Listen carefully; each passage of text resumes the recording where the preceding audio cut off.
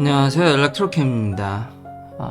재미난 테슬라 이야기와 좀 심각한, 앞으로 테슬라가 잘 대비를 해주길 바라면서 심각한 얘기도 좀 같이 해볼까 합니다. 시작하기 앞서 모든 구독자님들이 건강에 유의하셨으면, 다들 건강하셨으면 좋겠습니다. 제가 요즘 자주 아픈데요.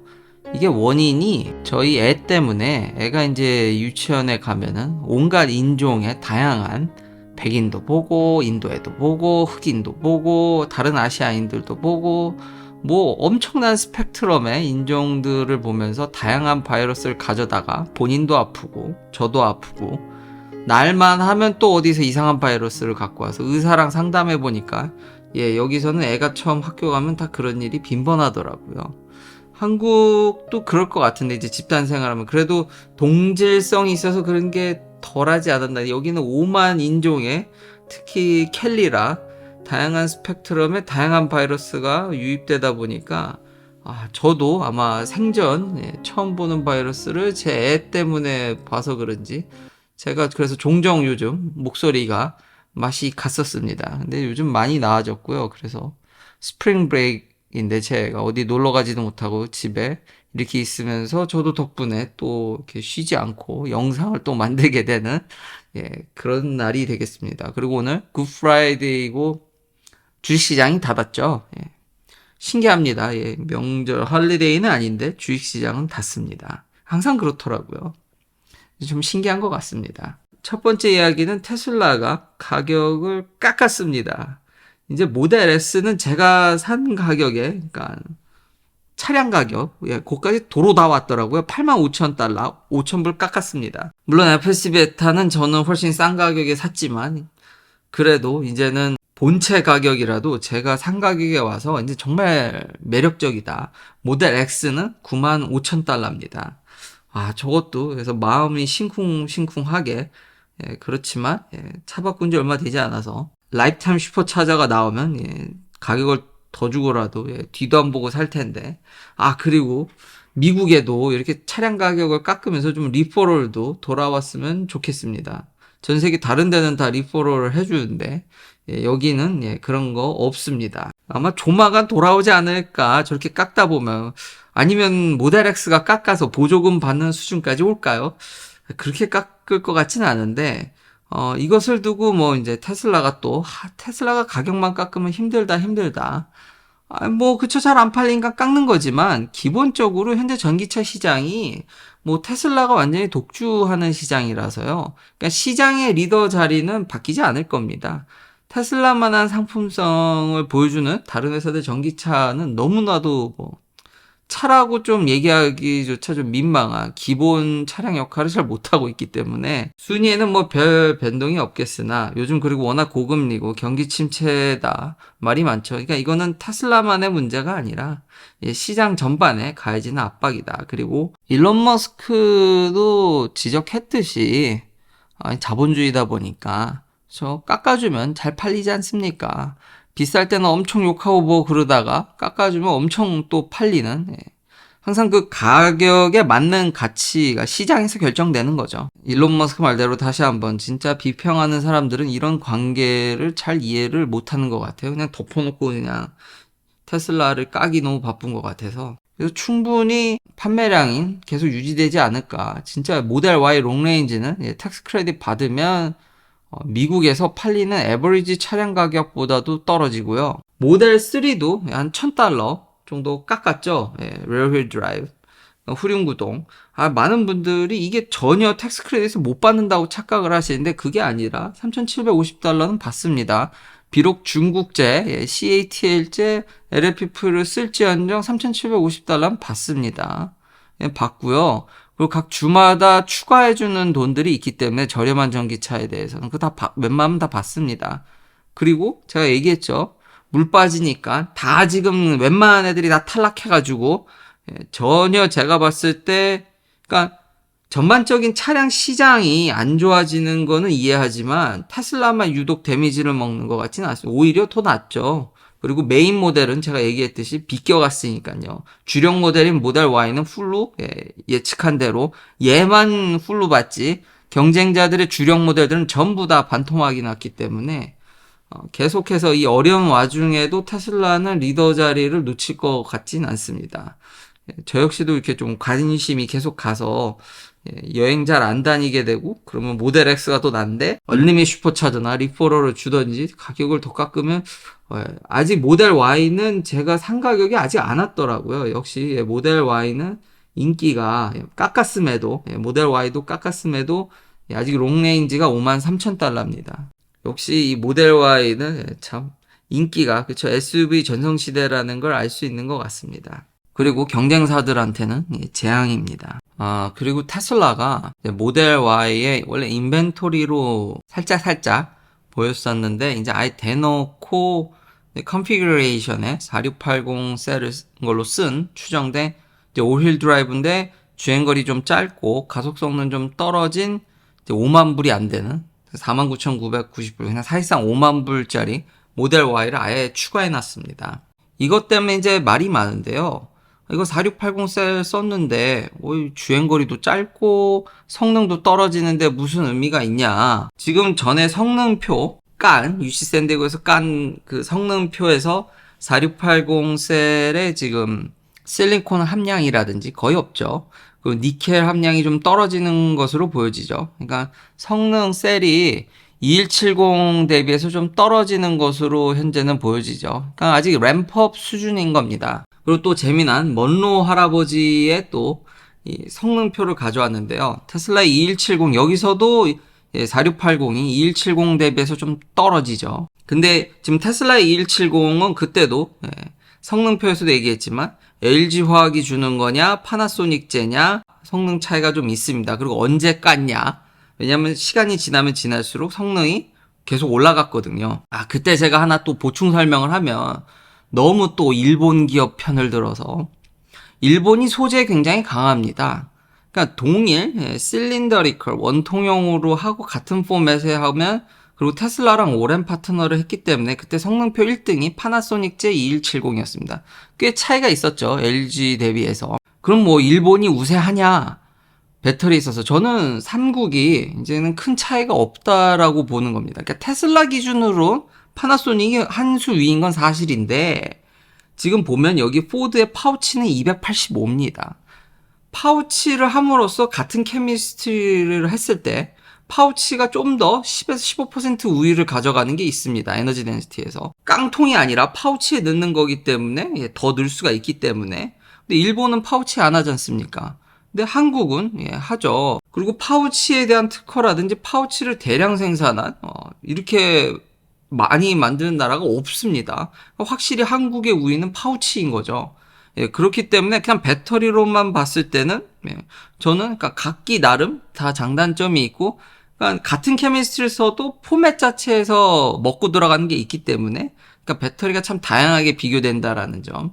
그래서 저는 배터리만 놓고 보면 삼국이 그렇게 중국은 셀2팩에 강하죠. 어떻게든지 팩단에서 셀에서 떨어지니까 각기 다 자기 나름대로의 그 어필을 하고 있는 겁니다.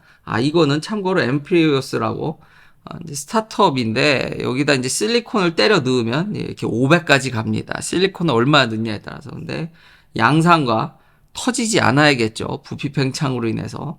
그게 문제인 거지. 이제 시제품들이 나오는데 현재 정보체를 안 해도 실리콘 애너드를 이렇게 쓰면 500까지도 아주 너끈히 엄청 가는 걸 볼 수 있습니다. 그래서 일부에서 이 초기 4680이 너무 떨어진다고 자꾸 비판을 하는데, 지금 테슬라는 최초로 자기가 생산해서 자기가 차에 넣는 전 세계 최초의 브랜드입니다. 어느 자동차 회사도 이렇게 하고 있는 회사 하나도 없습니다.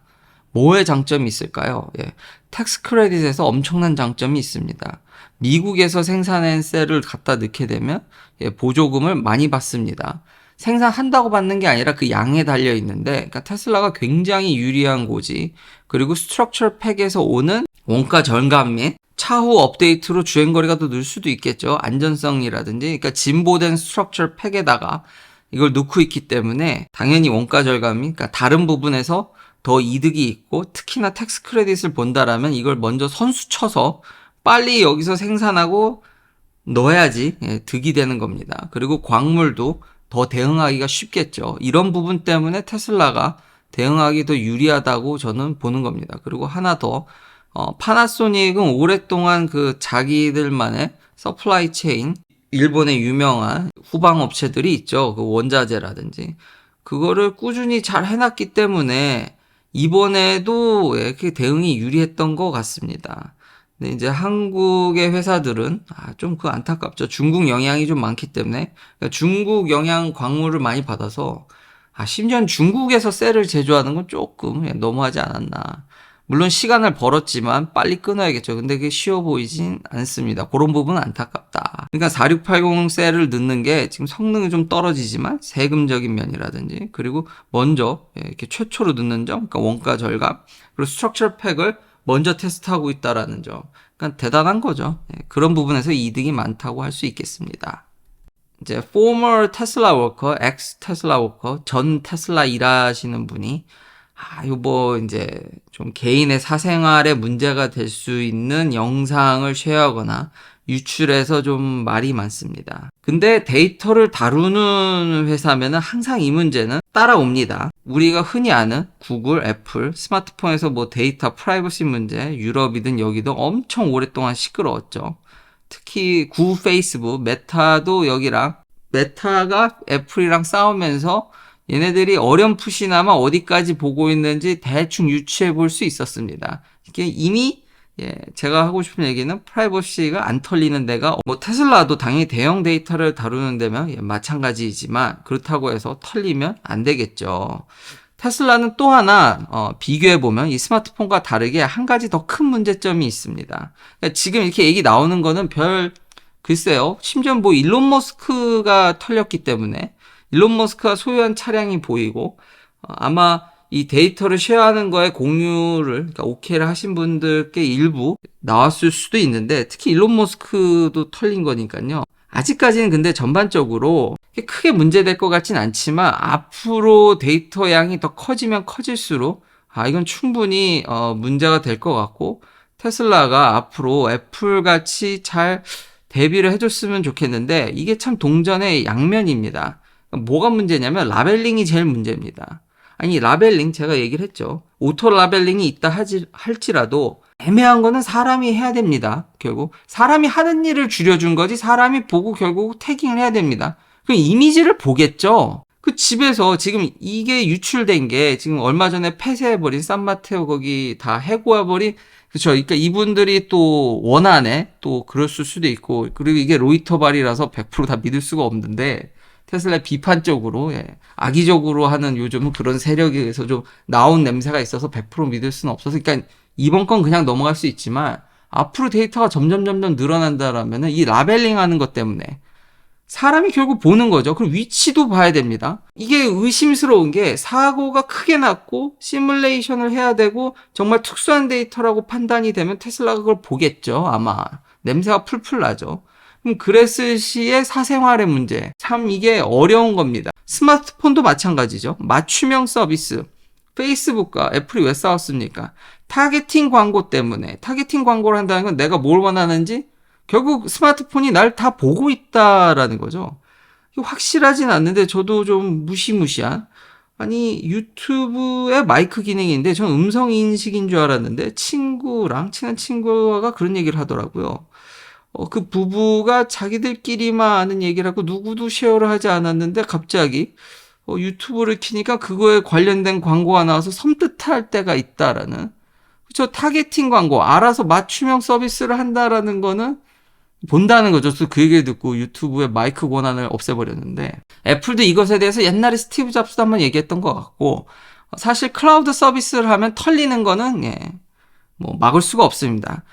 하지만 제조사들은 반드시 이 소비자들의 데이터가 어떻게 쓰여지고 동의를 반드시 구해야 되고 알아도 구해야 되고 지겹도록 구해야 되고 소비자가 귀찮아 하더라도 동의 의사를 물어봐야 되고 충분히 설명을 해주고 모니터링 할 수 있게끔 해야지 저도 100% 막는다는 거는 불가능하죠. 불가능한데 애플은 그나마 그런 식의 제스처를 취했고 그래서 이제 페이스북이랑 왜냐면 페이스북이나 이런 앱들한테 이제는 소비자의 그런 데이터를 주지 않기로 하니까 타겟팅 광고가 어려워지고 그러니까 페이스북은 더 자극적이거나 더 소비자들의 데이터를 취하려고 부단히 노력하다가 졌죠. 예.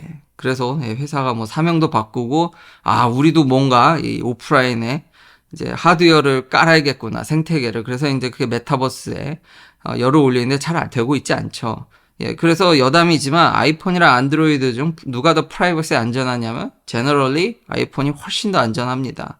아이폰은 모든 앱을 통제하기 때문입니다. 반면에 구글은 그렇지가 않죠. 오픈형인데다가 앱에 어느 정도 자율성이 있기 때문에 여러분들의 데이터를 악착같이 얻고 싶어 합니다. 애플은 그럴 필요가 없죠. 자기 생태계가 다 있으니까 안 보는 척 몰래 보면서 아마 잘 이걸 관리를 해야겠죠. 유출되지 않게. 되더라도 소비자들한테 충분히 교육을 시키고, 그쵸. 저도 100% 막는 거에 대한 기대가 없습니다. 다만 이걸로 인해서 경제적인 어떤 피해라든지 이런 게 생기면은 고소해야죠. 진짜 들고 일어나야 되죠. 진짜 요즘 그런 두려움이 나는 게 미국에서 그런 일이 비일비재합니다. 예. 정말 1년에 한 번씩은 크레딧 카드로 털려서 제가 결제하지도 않는 게 결제되는 경우가 있고요. 꼭 1년에 한 번씩 진짜 최근에 섬뜩했던 점은 누가 제 친상으로 은행 어카운트를 열려다가 그게 노티피케이션으로 이메일로 저한테 날라와서 걸렸죠. 예. 이런 일이 미국에서 근데 저만 겪는 게 아니라 제가 좀 많이 겪은 건가요? 근데 주변에 보니까 꼭 있더라고요. 미국에 오래 사신 분들은. 그러니까 모니터링을 계속 해야 된다라는 것밖에 완벽한 철벽은 없다라는 건데 현재 이런 미국 상황이 이렇습니다. 이런데 이제 테슬라는 저 라벨링 때문에 문제가 있는 거죠. 더 새어나갈 여지가 많다라는 겁니다. 그러니까 앞으로 이런 관리가 철저해야 되지 않을까. 그리고 철저하게 이걸 쓰는 소비자들한테 알려줘야 되지 않나. 근데 일단 제너럴리 아직까지는 크게 여러분이 완전 뭐 100% 감시당하고 이러기는 쉽지 않습니다. 또 보안의 하나의 철칙이 뭐냐면 파일 사이즈가 크면 옮기기가 어렵습니다. 테슬라의 그 센트리 모드에 돌아가는 파일 열어보시면 알겠지만 사이즈가 장난이 아닙니다. 그 카메라 다 돌고 다 찍고 있으면 그거 한 패키지가 그러니까 특수한 이벤트라든지 필요한 부분만 테슬라도 그 많은 방대한 데이터를 관리하기가 너무 어렵기 때문에 최대한 그거를 필요한 것만 어떤 이벤트라면 그래서 이 얼굴 보는지 안 보는지도 프로그램으로 감시해서 그게 가는 게 아니라 지금 우리가 엄청 막 고속 데이터 세상에 사는 것 같지만 단 1, 2기가도 원활히 그냥 아무도 없는데 떨어졌을 때 그걸 옮기는 게 되게 어렵습니다. 아이디란 경우에 수십 기가 왔다 갔다가 쉽지 특히 미국 같은 경우는 통신도 한국만큼 좋지도 않고 와이파이도 그지 같아서 업로드도 느리죠. 그러니까 파일이 크면 클수록 옮겨 다니기가 훨씬 어렵습니다. 근데 테슬라의 그 영상 파일은 장난이 아니죠. 그리고 하드웨어 4로 가면 500만 화소로 가기 때문에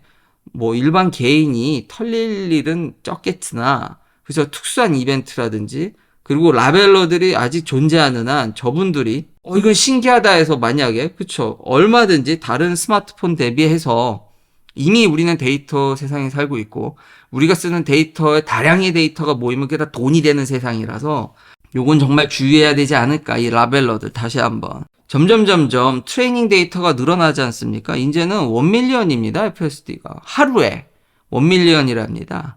일론 머스크 뭐 얘기를 했지만 이거 봐서는 하루에 지금 늘어나는 데이터 속도를 보면 많이들 사는 것 같습니다. 저렇게 비싼데도 왜 사냐 그러는데 이 데이터 모이는 양이 보면은 갑자기 내가 FSD 베타를 사고 나서 주행거리가 물론 저같이 싸돌아다녀서 엄청 늘 수도 있지만 그런 경우는 흔하지 않죠. 그러니까 결국 데이터 모이는 양으로 봐서는 여전히 꾸준히 이걸 사는 사람들이 엄청 늘어난다고 볼 수 있는데 데이터가 점점 커지면 이런 일이 결국은 더 늘어나게 될 거고 필연적으로 무언가 개인 사생활과 정말 치명적으로 연결될 확률은 위험성은 그리고 고소당할 위험성은 크게 엄청 늘어날 것으로 보여집니다. 물론 테슬라도 그냥 함부로 빼는 게 아니라 이거를 타보시면 알겠지만 거의 데이터 쉐어링에 대한 동의라든지 그 여러 가지 설정을 제가 할 수 있습니다. 그리고 그 동의한 사람들에 대해서만 어느 정도 참고를 하겠죠. 그런다 할지라도 데이터는 남는다고 하는데 흡사 스마트폰은 3개랑 비슷한 거죠. 이게 안 볼까? 저는 그래서 세상에 뭐 비밀은 없다고 생각은 되지만 뭐 제 데이터를 가져다가 뭐 돈이 되겠습니까? 근데 경제적 피해라든지 이런 것까지 이어지면 절대 안 된다는 점과 다시 한번 이 라벨링 하는 부분들, 이 데이터 관리하는 게 다 똑같거든요. 비슷한데, 테슬라는 자율주행을 위해서 그 사람이 이걸 봐야 되는데, 오토 라벨러가 코드화해서 아주 프리사이즈하게 아주 쪼개서 조그맣게 사생활 침해 없이 데이터만 왔다 갔다 대부분 하겠지만, 그래도 결국 다시 한번 이렇게 많은 데이터 그 덕에 성능이 엄청나게 좋아지고 일론 머스크가 과거에 6 빌리언 마일이 필요하다 그랬으니까 이런 추세라면 더 많은 사람들이 더 사고 데이터 쉐어링을 더 오케이를 해주면 더 빨리 될 수도 있지만 일부 예측에서는 레벨 3까지 완벽한 레벨 3까지 2026년이면 되지 않을까 이런 속도의 데이터가 모인다면 근데 이렇게 커지는 것과 트레이닝과 퍼포먼스만 신경 쓰지 말고 이 정도 사이즈면은 분명히 앞으로 위험성은 이 라벨링하는 쪽에서 터져나갈 위험성은 확실히 크다고 얘기할 수 있겠습니다. 그러니까 이번 일을 반면교사 아주 긴장감 있게 받아들이고 앞으로 테슬라가 더더욱이 잘 관리를 해줬으면 좋겠습니다. 그리고 애플을 잘 벤치마킹 하듯이 서플라이 체인 잘 관리하는 거 애플 정말 따라 많이 하지 않습니까? 데이터도 애플이라고 100% 완벽한 건 아니지만 그래도 스마트폰 세계에서 애플만큼 안전한 건 없습니다. 상대적으로. 테슬라도 그렇게 잘 해줬으면 좋겠습니다.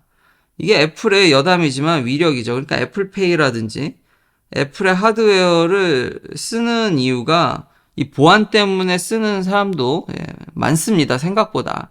근데 다시 한번 애플이라고 완벽한 건 아니다. 워낙 이제 폐쇄성을 갖고 하기 때문에 상대적으로 얘보다 난 거지. 여기 기사에도 나와 있지만 의외로 공공기관이니까 국가에서 요구했을 때 뭐 옛날에 보면은 이거 갖고 광고했었지 않습니까? 우린 안 준다 그랬는데 뭐 중국 정부가 의뢰하면 안 줄 것 같지 않죠. 그리고 물론 중국 데이터겠지만 근데 미국에서도 일부 이렇게 협조한 얘기들이 꽤 있습니다. 애플도 상대적인 거지 이 세상에 100% 안전한 건 없습니다. 자기의 어떤 프라이버시를 100% 지킨다. 스마트폰을 끊으셔야 됩니다. 앞으로 이런 부분에 대해서 경각심을 갖고 다시 한번 테슬라가 잘해줬으면 좋겠습니다. 마지막은 ID4가 판매를 중지했더라고요. 이게 제가 저번에도 얘기했지만 장난감 같은 부품을 이렇게 잘 짜맞춘 느낌에 잘 맞게끔 이제 필앤피니쉬는 좋은데 우째 재질이 되게 장난감 같은 차여서 이런 문제가 결국 터지는군요. 그 느낌이 쎄하긴 했는데 경쟁자들이 텍스 크레딧도 잘 못 받고 판매도 중지되고 경쟁이 없습니다.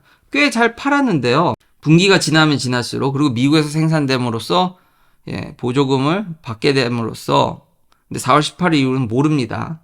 있는데 이렇게 또 자발적인 리콜로 인해서 또 이렇게 스탑이 되는 참 안타까운. 테슬라는 지금 미국의 인플루언서들 반응 보면요. 이 내부가 이게 참 핏앤피니쉬가 안 좋아서 그렇지 재질이나 레이아웃으로는 세월이 꽤 흘렀음에도 여전히 최신형 차 같고 워낙 심플한 건 진짜 오래 가는 것 같습니다. 심플한 디자인. 그리고 모델 S 같은 경우는 이게 마감이 이 가격대 대비 마감이 안 좋아서 그렇지 보면은 재질은 그렇게 나빠 보이지 않습니다. 쓴 물건이라든지 제가 진짜 만족하는 그 와이어리스 차저라든지 이건 좀 대단하더라고요. 마감이 안 좋은데 폭스바겐은 장난감 같은 차들이 결국은 판매가 중지되는 이런 불상사가 일어났습니다. 긴 영상 시청해주셔서 감사합니다.